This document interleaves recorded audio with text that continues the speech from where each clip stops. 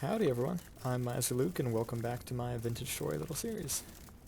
This time I'm doing a slightly different format. Pretty much the whole thing's going to be with a voiceover as I get through a variety of tasks between the first episode that I already put out and a second one that I've already recorded most of, where I mostly stay on track with what I'm supposed to be doing over in the New World.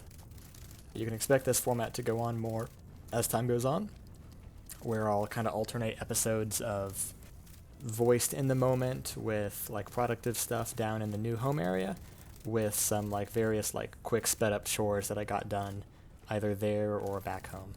So starting here, you just saw me do a whole bunch of harvesting and planting, and now I'm getting set up to do a bunch of metalworking to get some tools ready.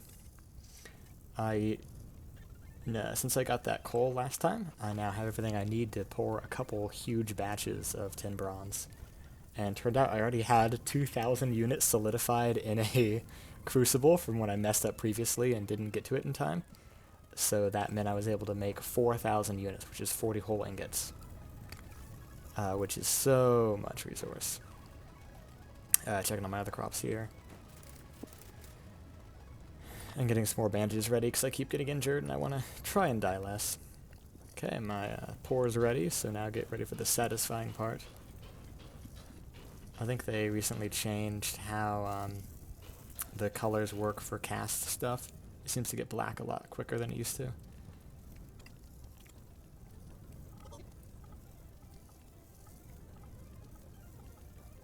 And yep, that is a lot. And at this point I kind of decided that I wanted to create myself some armor as well because I've got so much. So I'm going to make a bunch of plates and then bash the plates down into chainmail. Or chains, I guess, which will then make into chainmail. Which I didn't need to do the plate step first in this case because I'm doing it manually, but up here you see me setting up my helve hammer, which I got lucky that there was a ton of really good wind, so I could pretty much constantly alternate between the helve hammer and doing stuff downstairs. You can hear it going like crazy in the background there. So when I do forging like this, I always like to try and be as productive as possible, so I'll have like multiple things going. So there's the helve hammer going, and then pretty soon I'll start doing some manual smithing once I've made most of the plates, and I've also got...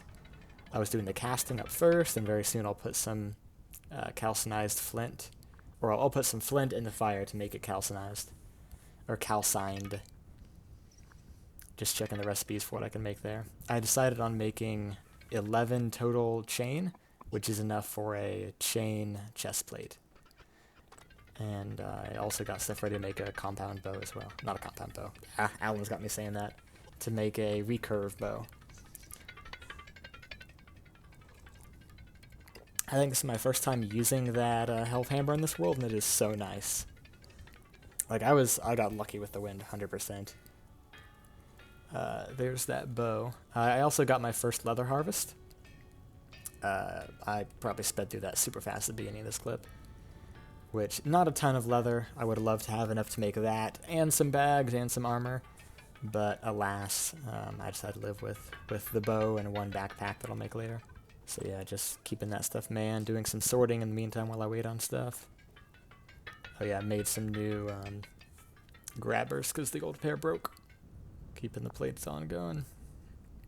And double checking my math there that I have enough. The helve hammer is so nice. It started slowing down a little bit there, which was the point where I decided it was time to stop using the helve hammer, because I think I'd either gotten all my plates or nearly all my plates. So I moved that back downstairs and got to work manually forging stuff. So if you want chains, the best way to do it is to make plates on a helve hammer, and then with the helve hammer, and then with a manual hammer, you can just knock out the little holes to make it into chain. You'll see that very soon. But here I'm making some tongs, because the wood ones just weren't doing it anymore. You found it really hard to break tongs in the past, but then suddenly once you've got a this much metal you're working with, 40 whole ingots, turns out you do a lot of actions and they'll very quickly run through the durability. So in addition to the armor as well, so I've got 44 ingots, I've got 40 ingots, I'm making 22 of them into the armor, and then the rest of them is ending up in a whole lot of tools. 8 of them were cast tools, and then I guess another 10 then were crafted tools and equipment, like I'm made various other non-tool stuff later that you'll see. I really should have made some nails and strips, that was an oversight. So that'll have to be one of the first things I make at the new base in the next episode or the one after. Keeping the calcined flint going, which I'll need for fire clay to make my own. Now you can obviously find some, I found some in the last episode, but it is pretty efficient to make some yourself too, because just finding it in the wild is pretty hard. And not always in the quantities you need. So I decided just make enough calcined flint to be able to make a couple of ovens for bread and stuff. Now you can see that is the recipe for arrows. It is awful, but I had to make it if I want some 10 bronze arrows, and you'll see that they're a little bit useful later. That thing there is a pantograph. It's a modded item. Lets you copy chiseled blocks, which is really helpful if you want to do a lot of chiseling. I would argue it's a must-have if you want to do more than like the bare minimum of that.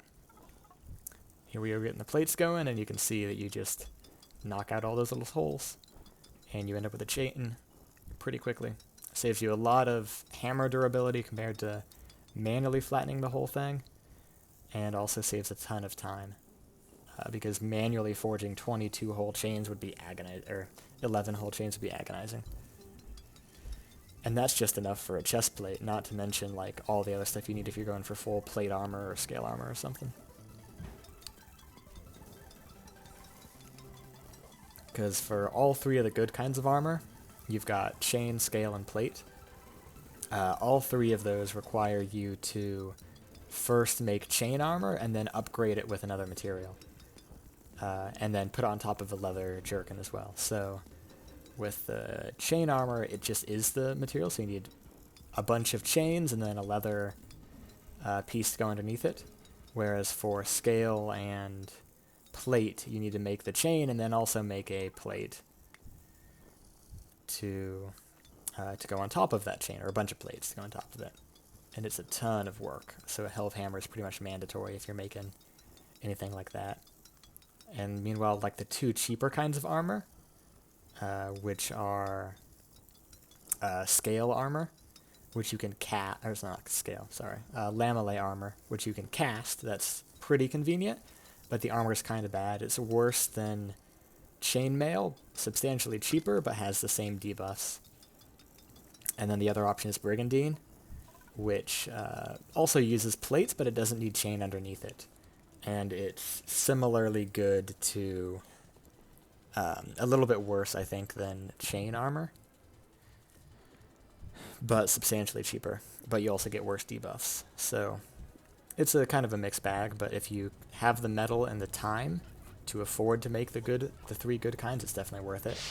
And at that point, you're just kind of choosing between, would you rather have better protection or less debuffs? Whether you go for a chain, scale, or plate. I think the actual goated move might be to make, I think the best move might be to make a plate chest plate, scale leggings, and then just a chain helmet. Because the durability scales, or not the durability, sorry, the debuffs are the same for every item piece, but you're more likely to get hit in the chest and then in the legs. It's like a 50% chance for the chest, a 30% chance for the legs, and a 20% chance for the helmet. So you're able to get like the average debuffs of if you had full scale, but better protection. So I think that's pretty worth it. And yeah, you can go pretty far with like meteoric iron scale. I've used that in the past. There we go, making the jerkin, and then putting the chains around it.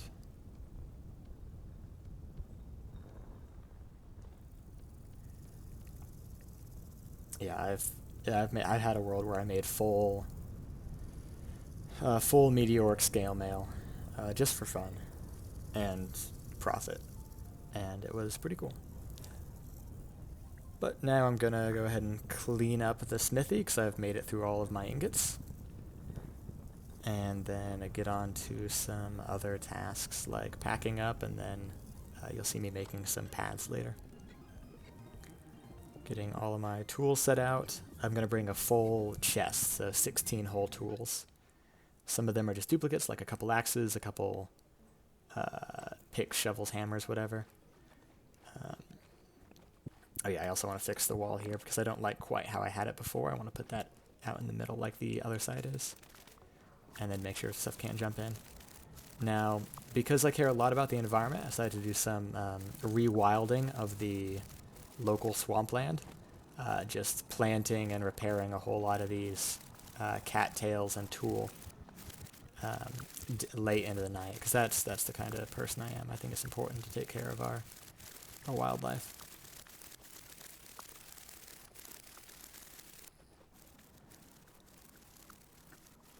Don't question what I'm saying here, trust me. And then I just got the notification that a light temporal storm is approaching. So yeah, time to get ready for that. Here I was planning to just go do a bit of path work before grabbing my final bit of kit and heading out, but looks like it's gonna be combat time.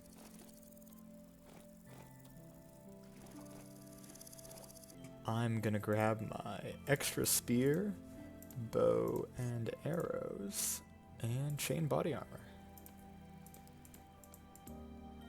Cause I gotta be ready for a fight. And naturally, now that I'm on a timer for a temporal storm, I immediately go ahead and make some barrels so I can get a nice rot area to make compost. And then, just cause that's not the only thing I can do, I go ahead and head over here and start working on that path I was talking about making. Because I love pathing in Vintage Story. It's such a neat mechanic to be able to put a thing down that makes you walk faster. Or run faster too, for that matter. And it also is a way of leaving an impact on the world, of showing yourself the ways you like to go and stuff like that. So I always love any kind of mechanic like that.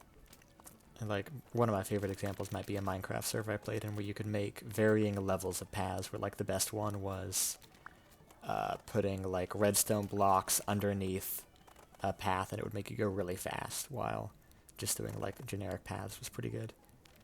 But Vintage Story, it's got a decent system. I like being able to do it, but you really need to... I find that the mod that lets you chisel...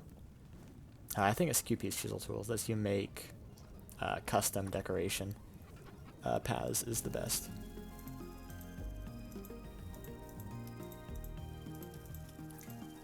It's party time! This will be my main fortification, from which I'll peek my head out periodically to kill stuff. I think that'll be the best way, and I will mainly try and use bow and arrows to conserve my good ones, but we'll see. And then let me get bandages into that slot too, and get a refresh on food.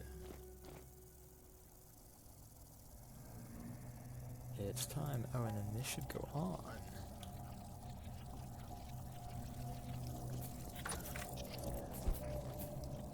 Hey, buddy.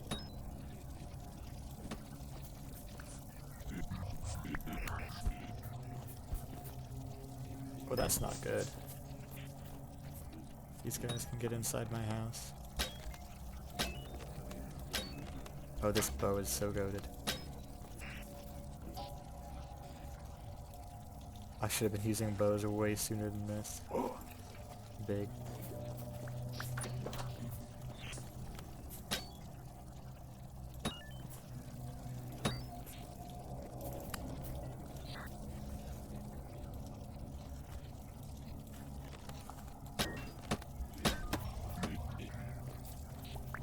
The fact these guys can spawn in here is not good.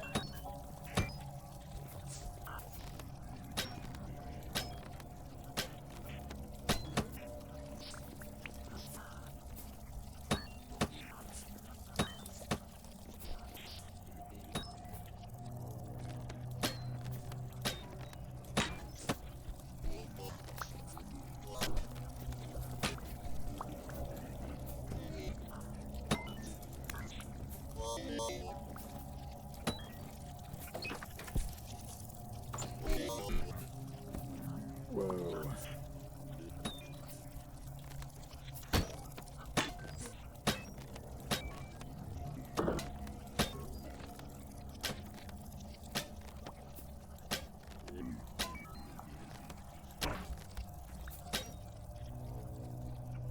Okay.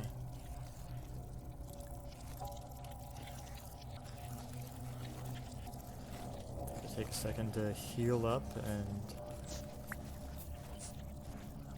recollect my arrows and spears and everything.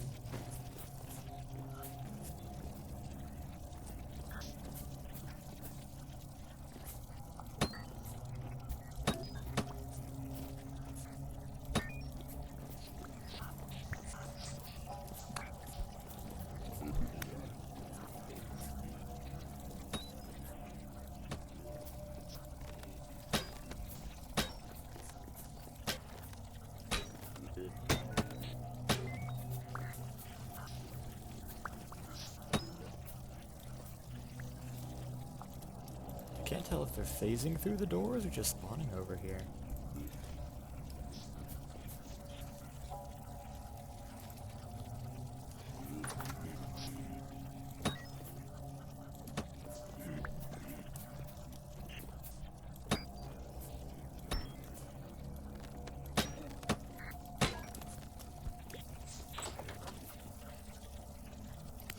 Boy.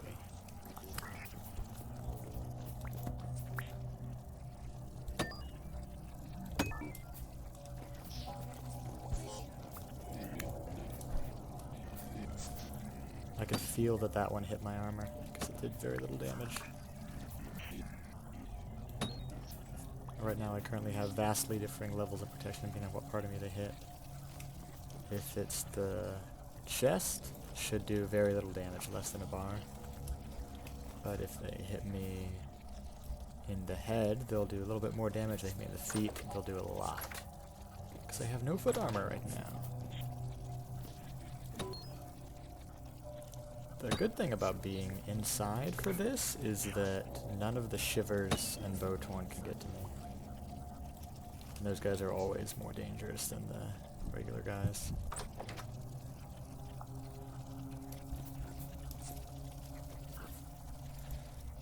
Not bad loot so far.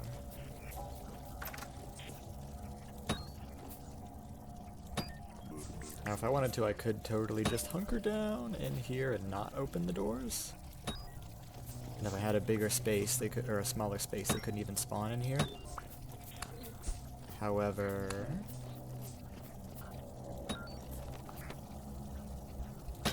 you have to kill a certain amount of enemies to keep your stability from draining. Anyways, so it's worth it for that reason. But also, like, the loot you get in the temporal storm is pretty good. Now, obviously, this flax is pretty meaningless to me, but the temporal gear is big. The other gear is nice.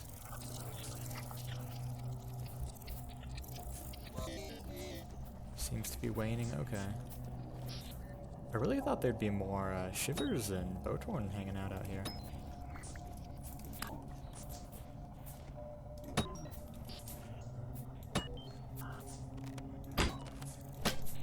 That's not how recoil works.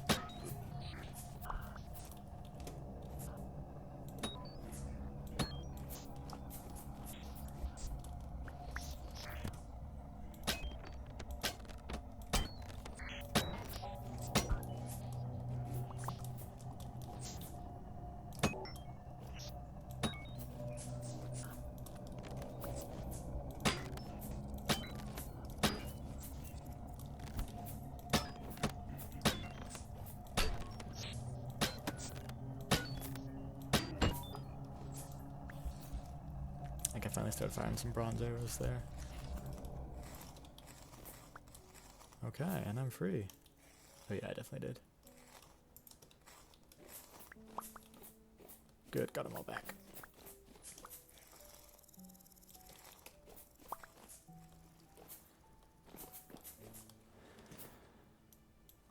Okie dokie, that was Probably not my first temporal storm in this world, but definitely the one I've had the least trouble with. Oh, that armor damage though. That's like literally 10 minutes of forging time right there. And you saw how few hits I took. That was crazy. Hits they don't just do one armor point of damage. That'd just would make too much sense. No, they do multiple. And some of them, like, you can take probably 20 armor damage in a single hit. Because in there, I probably only took like 5 decently damaging hits. And my armor's down 127 durability. Like, I don't know if it's like 1 point of durability for every health point extra that you survive, but it's a lot of durability loss. Kind of crazy. Alright, back to packing up though. I'll do a little bit of that off camera, but you'll see a lot more in the next episode. Hope to see you there when I actually go to the new place for good. Thank you all for watching. See you there.